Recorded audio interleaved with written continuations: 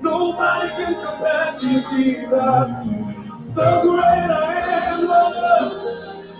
Nobody like you, Jesus.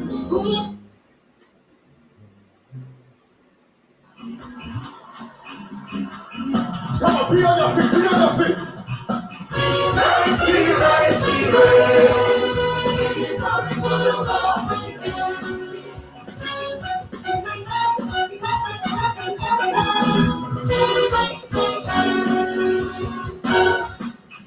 What for the camera? The flowers up to my. I will tell you so that me. I will never believe you. What I have a phone, over free.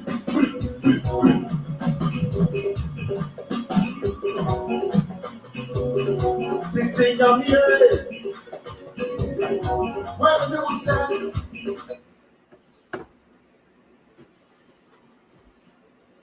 I'll be worshiping all the days of my life. I'll be worshiping all the days of my life. Everybody say,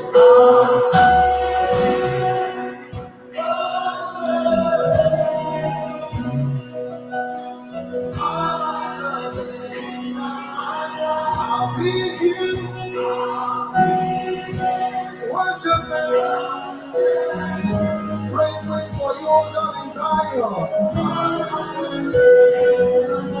And I'll be here.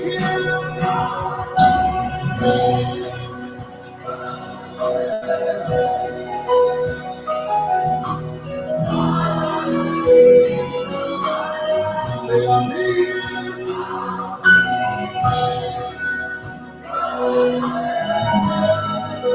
All of the days. Say, I'll be here.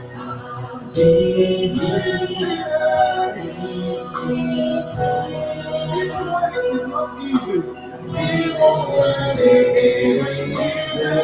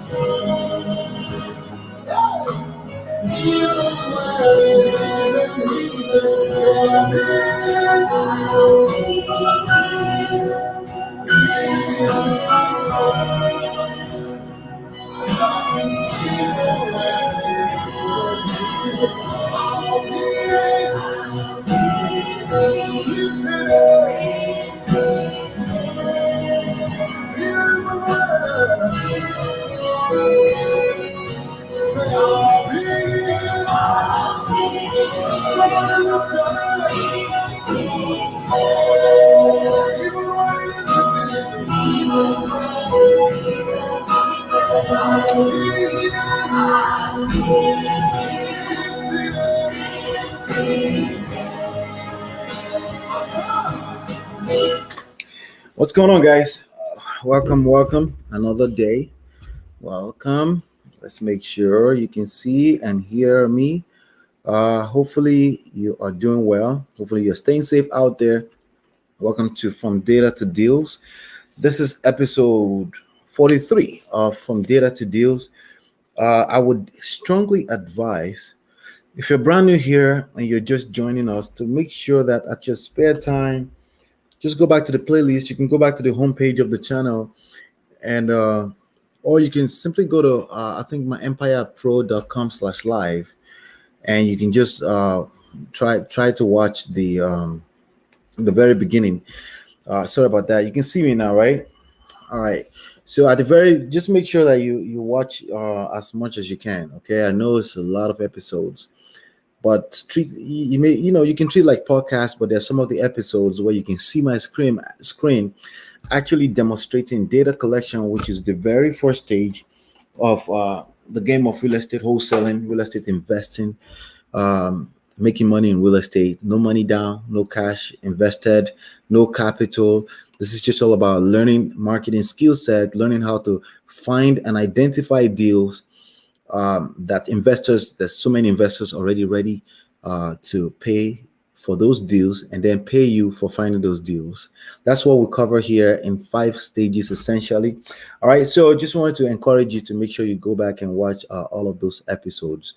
Some of them you can listen as a podcast as you do other things. Some of them you need to pay attention because I'm actually training on how to sort data, how to extract data, and things like that. All right, so now with that being said, let's get into today. Today we're talking about today in particular we're talking about the 3 types of beginners, and I want to know if you're bird dogging. Okay, so now if you don't know what bird dogging means, let me see how do I go about this. Honestly, I don't know the background of that word. Let me see if I can find something. I'm not too sure what the background of it. Let me just Google bird dog and see what comes up. Actually, let me share my screen with you guys. Awesome. Let's share my screen. Maybe we can play around with some software today as well. All right. So I'll tell you, when I first, the first course that I purchased was December 2004 on making money in real estate. Basically, if you know my story, pastor's wife mentioned something about why not flip houses, and then I started digging through, and then boom, here we are today. Okay, that was about 15 years ago. Okay, a little bit over 15 years ago. All right, so awesome. So you can see my screen now. So let's go try to see what bird dog means. All right.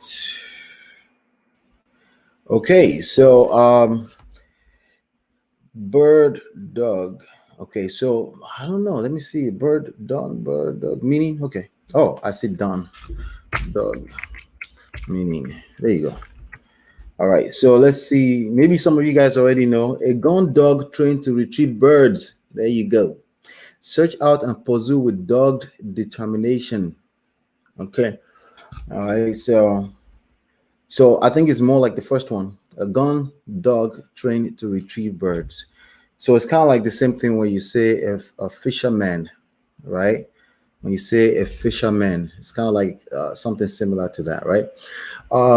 The idea is that you go out there, you find deals. Okay, that's what fundamentally bird dogging means. So in the industry, when I first got started, I learned that I could get started in multiple different ways. So from the training that I went through, I learned that I could get started in different ways. One of them was bird dogging. Okay, that was one of them. Like I said, like, hey, just find deals. It wasn't called driving for dollars at the time. So obviously, for you may have to jump in a car and just go look for deals. And the idea was like, first of all, it wasn't as popular, so there's probably less competition in terms of who's driving out there, right? And then the idea is you just drive around town, find houses that need work and things like that. And it's called bird dogging. Or maybe just you're about your day and then you find a house that looks like it's a rundown, and then you just let the investors know about it. All right. So let me make sure that my internet connected to the right internet here. I am. I don't know why that's happening. All right. So is it making sense? So that's what bird dogging is. So now, as I was going through the training program, I'm telling you the story now, okay, and why my belief system when it comes to this business is a little bit different from everybody else's. Okay. So so one type is bird dogging. You could bird dog, right? And the other one is they call it real estate wholesaling, right? So as far back as then, I learned that from a guy called Richard Douglas, right? Or real estate wholesaling. So, and then they had the subject to deals, and then there was a mix up between the strategies of finding deals and the actual exit strategy. So over the years, over the past 15 years, obviously I've cleaned that up depending on where you're coming from and things like that. There is exit strategy when you find a deal, Wholesaling is one of them. Okay, you can also do subjects too, like you can, right? So there's also the categories of pre-foreclosures, which is simply just type of distressed property list. That's all that is. It's just a type of distressed property list. All right. So you also have that. All right. So now, with that being said, let me remove that. So now, with that being said, it's when I was going through the program, there's also now inside of all the different ways you can do business, there's also fix and flip. All right. So now the way I've cleaned it up, once we're done with this session, you can go grab this book. I wrote a whole book on this. It's called Real Estate Money Secrets. You can go grab it at you can literally go to realestatemoneysecrets.com, right? And this book covers all of the different exit strategy that's available in real estate investing, okay? In flipping houses like a burger, right? Somebody said the name of his book is Flip Houses Like a Burger. Interesting, right? So you have all these different exit strategies. So this book, chapter 1, is about exit before entry. I learned that from way back then, right? You need to kind of have an idea of what the exit strategy could be before you lock up a contract, right? So it's just essentially you want to work your numbers. You want to reverse engineer the numbers from after repair value. You need to find after repair value. How do you find that? Comparables and things like that, right? So I've covered that in a lot of different sessions. So make sure you watch this later. But there's a place I'm driving to. There are 3 types of beginners, and I want you to identify which one you are, because it can make all the difference or differences, right? In when it comes to your chances of success or not, right? So you have OPM, OPR. Okay, so exit strategies, you have buy and own, right? Meaning you're buying the property to own it. That's actually increasing your net worth. Okay, if everything else were equal, there's no market crash or anything like that, increasing your net worth. So that's actually the number one exit strategy that most people know. I'm just going to live in there. That's how I'm going to get the value from the house. That's what you know as American home ownership, American dream. That's kind of stuff. That's the first exit strategy that everyone is familiar with, right? But there's buy and rent. Okay, that's the first one.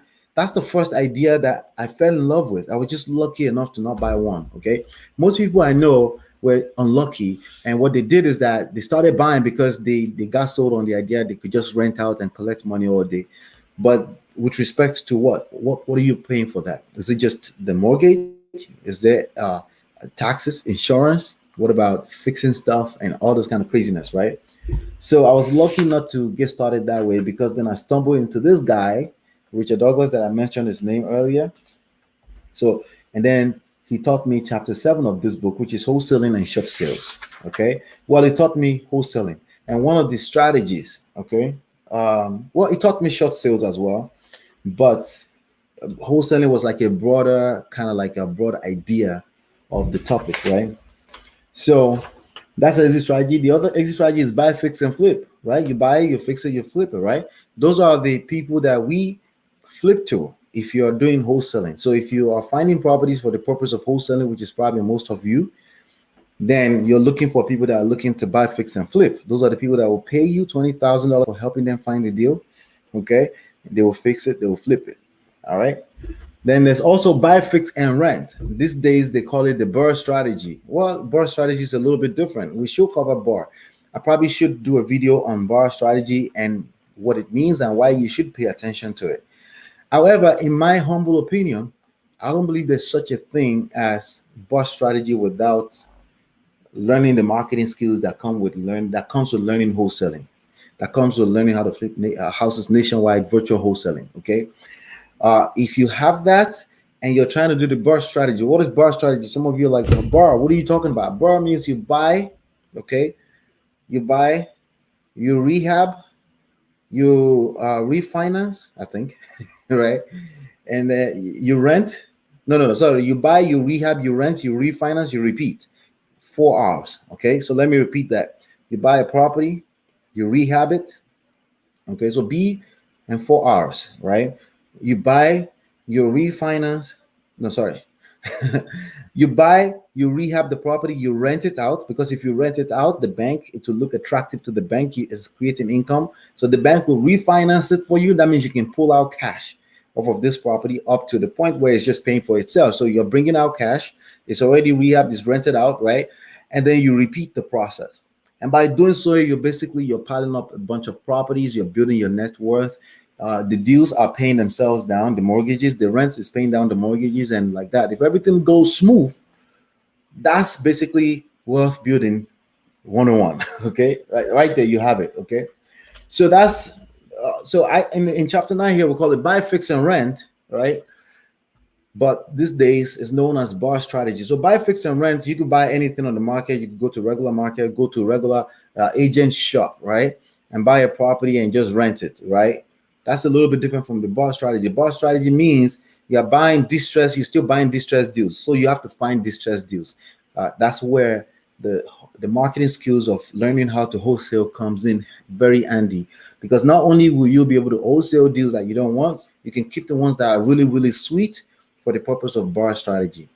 So we have a program coming on that. So look out for that so you can learn how to do that. If you have a good job, you have good credit, or you're looking to fix your credit and you want to embark on building retirement for yourself right now, that's something that you probably will find very interesting. So I'm partnering up with my brother. He's my partner as well in our real estate business. And we're going to be teaching you exactly how to build your portfolio on that. So look out for that. All right. So, and then there's also subject to and rent to own. So I've lumped them into one chapter, those two, right? They're different, but kind of similar. Subject to, rent to own, chapter 10. Okay. So you have that. And then the last exit strategy that virtually most people don't talk about is mortgage notes. Okay. So you could buy and sell mortgage notes. Yeah, the actual mortgage, the paper that basically the paper that represents what the mortgage and the property is. Like, you don't have to touch the property. You can just trade the mortgage notes. Okay. So those are the different exit strategies that I learned, and they mix that up together with how I can approach the business. How can I build this business, real estate business, without my money, without credit, because I had terrible credit coming out of college at that time. And I learned those things. And there was BIRDDOG was the first thing, and I'm like, okay, BIRDDOG and wholesaling. Looks like it's the same thing. You go out there, you're trained as a dog to go find birds, to fish dogs, right? To fish for properties, right? Okay, I'm gonna have to do the same thing. Why wouldn't I just learn everything? Learn how the game works up to the point where I need cash or credit. At that point, I could just dispose the deal, assign the deal to other people, and make money. At that point, they call it wholesaling. But the first part where you just drive around town and write down address, they call it BIRDDOGGING. And at that time, I decided that no, I don't want to BIRDDOG. That doesn't make any sense. At that time, an average BIRDDOGGING, you make $1,000 if they close your deal. That means there's a good chance they won't close your deal. And you're writing these addresses, sending out to random people that won't do the research and follow through. And it just seemed like a bunch of waste of time. So I always tell people, if you're coming to real estate, don't start BIRDDOGGING. Don't do that. Don't you're biting yourself on the legs.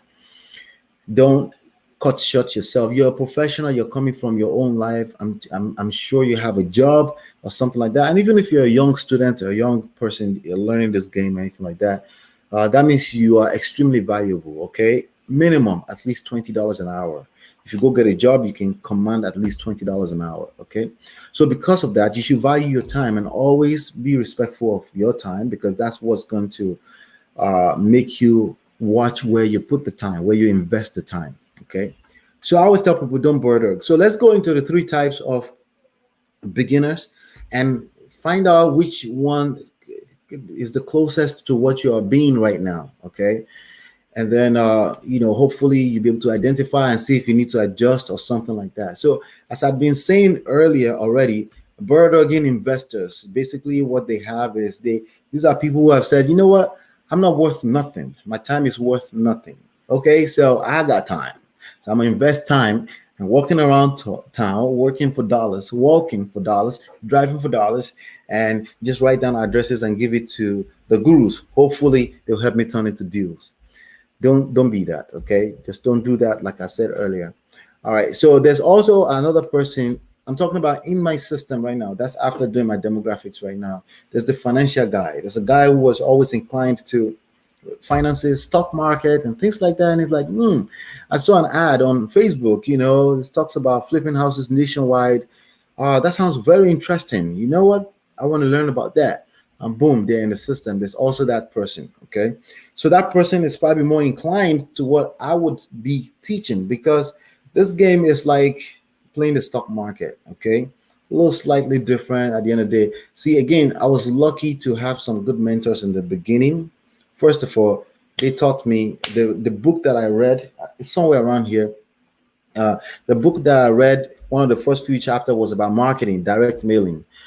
And these days, one of the first things that people learn about is driving for dollars, data collection, not marketing. Okay. Just getting stuck in data collection, right? And that's one of the first things that people learn, sadly, or cold calling. And there's nothing wrong with cold calling. It's always going to be there. My question for you is you should always ask, is that the best way for you to do this business? Is that the most effective, the most efficient way for you to do this business in 2020 and beyond? Just ask that honestly and just come up with your own assessment of that, right? And then determine and decide where you want to put your time, where you want to invest your time. Okay. The truth of the matter is that some strategies are a lot harder than the others. Okay. Some strategies, because they are a lot harder than the others, increase your chances of quitting on yourself. Okay. Quitting on yourself doesn't mean you're a bad person. We all do it. We've done it at some point. Maybe something is not resonating well with us. It could be a whole business. It could be a strategy. Okay. That's just a human thing. If you get bored or results are not happening fast enough, life will happen and it will get in the way. Okay. So you just want to make sure that you're positioned so that you don't become one of those people that life happens to. You want to be one of those people that's making life happen for yourself. The third type of beginner is the exhausted one. Okay. As a matter of fact, this guy right here has been watching videos upon videos upon videos on YouTube. He's been watching. He's a fan of all these gurus, and he's watched it, he's learned it. He knows skip tracing. He knows all the terminologies of wholesaling. He's actually made a shirt. I'm a wholesaler as opposed to being a dad, right? He's made a shirt on I'm a wholesaler. He's gone to events and stuff like that. And, and he's pretty sure, like he's close to a deal. He's very, very sure. But he's been sure for like 2 years and it hasn't happened. That's one type of this guy, okay, the exhausted one. There's another type, so let's call it 3B. He actually closed the deal the first month. He closed a deal the first month, and that was December 2016. Okay, I'm painting a picture here, right? He closed that deal, like, wow, I figured this out. This is gonna be a ball. And then since then, he's been struggling to close another deal for multiple different reasons. Not because he doesn't know the business or the theory of the business. It's because of consistency, lack of consistency. And the lack of consistency isn't necessarily his fault either. It's just so many strategies all over the place. He's subscribed to all of the YouTube channels on the topic of real estate wholesaling. So he catches this guy's strategy, he catches Leslie's strategy, he catches John's strategies everywhere, basically. And he's, every other month he jumps back and forth between all this strategy. And then he's exhausted, but he's hopeful and he's still here and he's still trying to figure this out. Okay. None of this is right and wrong. It's just a matter of, I just want you to identify where you belong, right? And see if there's a couple of things you can adjust. Okay. With number one, which is BIRDDOGGING, right? What I'm going to tell you is that investing time, you're no different from people on a job. You might as well just get a job, and some of the money, a percentage of the money you're making from a job, you bring that and you invest along with skill set into this game. Okay. And the goal with your business is to reduce how much time you're investing into the business over time. Okay. But the idea is freedom. Okay. If not for that, you might as well just go back to a regular 9-to-5 job and spend 40 years for the next 40 years, 40 hours a week. Okay. And then hopefully, potentially, you can keep $40,000 a year. I doubt it very much in terms of savings. Okay. But you might as well just, at least you have, you know where you're going, and you maybe count on 401k and retirement or something like that. But if you're coming into entrepreneurship, the idea of it is that you want to do something you love, something you're passionate about. You want to have options. You want to have the freedom to have options, right? So if that's what you want to do, then you basically don't want to be that guy and saying, you know what, all I got is time. Or there's a couple of people also that, I get those DMs all the time and say, can you mentor me? What can I do to help you so that you can mentor me? Basically, they're looking for a way to trade time for close a deal. Okay. That's usually a feeling, a losing battle. Okay. That's usually a losing battle. Okay. Why? Honestly, I don't want to get into that right now, but I can promise you that if you're shying away from doing what you have to do to have enough money so you can invest into marketing, into mentorship, into skill sets, into tools that you will need to build this game, what's going to happen is that you're going to burn a lot of time. Remember that guy? Remember this guy? Okay, so this same advice will go for the exhausted one, right? The guy that's been trying to do this for 2 years all over the place, but he hasn't figured it out. If you start to really value your time, you will realize that you've actually lost tens upon tens of thousands of dollars. Okay, not in terms of deals that you never closed it, so it didn't matter. But in terms of the potential of what you could have done, right? So it depends on how you look at it. However you shape it, how you look at it, right? Time is much more valuable than money. You can always replenish money, but you cannot replenish time.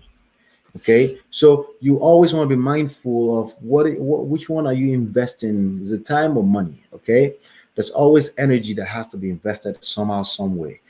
Sometimes in the form of skill set, but even the skill set, even if you're really, really good at that thing, right? You at some point your goal should be to outsource it and have other people that their time may not be worth as much as yours doing it. Okay, the reason why I'm able to come here on 3 times a week is because I have help and I enjoy doing this, but there are certain parts of the business that's necessary that has to get done.